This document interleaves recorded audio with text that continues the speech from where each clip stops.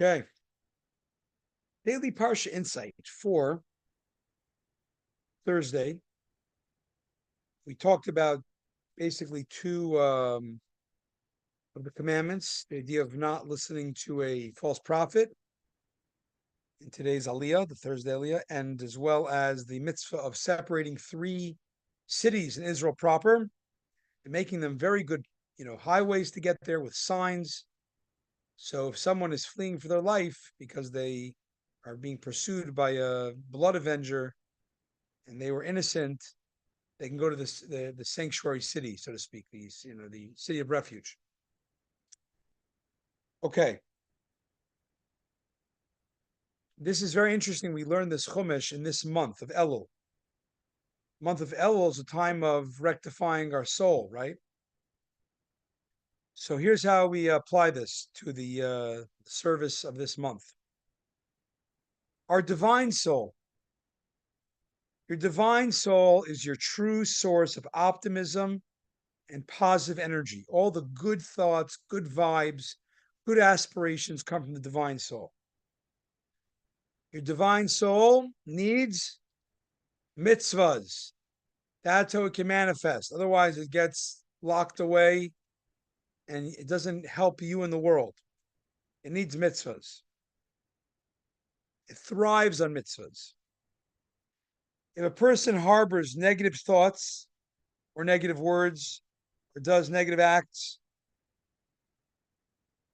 you are hurting your divine soul. You're draining the vitality of your divine soul.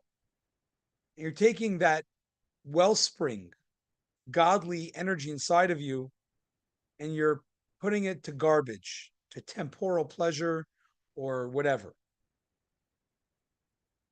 or negative stuff.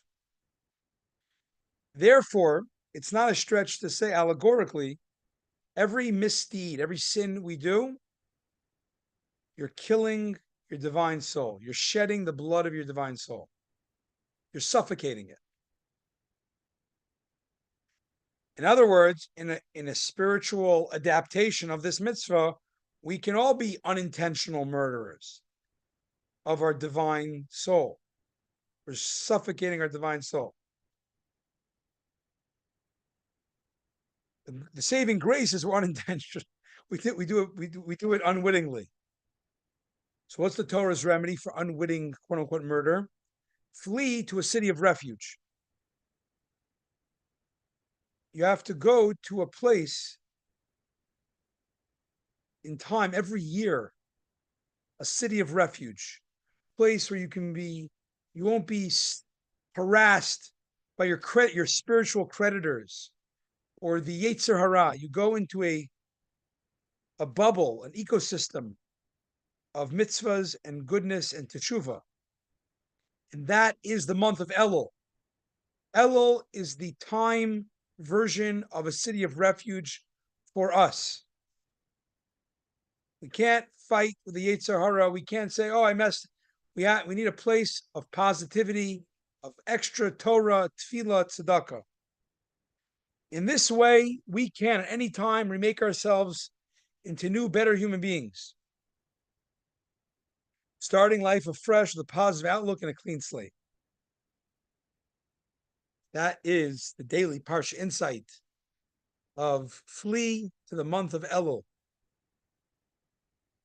the month before Rosh Hashanah.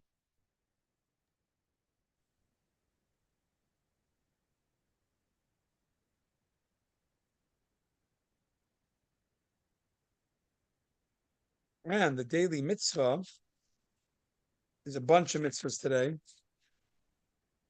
These are mitzvahs that are regarding of this. These are of the 613 mitzvahs. This is a bunch of them are about the Paschal offering, the Pesach lamb you have to bring every year on the eve of Passover. And there's certain laws, mitzvahs, or prohibitions regarding them. The 125th prohibition of the 613 is that we're forbidden from eating the Pesach offering cooked or underdone. You can't, boil it, or you can't cook it, halfway. It has to be roasted. 123rd prohibition is you're forbidden from taking out any meat of the Paschal offering from the place we have gathered to eat it. In the olden days, you had to pick your family and friends who you're eating the Paschal lamb, the Pesach, Korban Pesach, before time. You have to eat in, you have to decide which house, and that's what it has to be. You can't take any of it outside your house. The 128th prohibitions were forbidden from feeding meat of the Paschal offering to a Jew who's an apostate.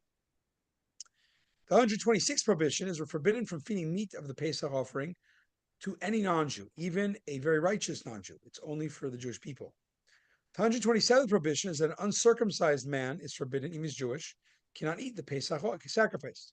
The 121st prohibition is we're forbidden from breaking any bone of the Pesach offering. Eat the meat, don't break the bones. The 122nd prohibitions were forbidden from breaking any bone of the second Paschal lamb, the makeup one a month later. Thus ends today's daily Parsha.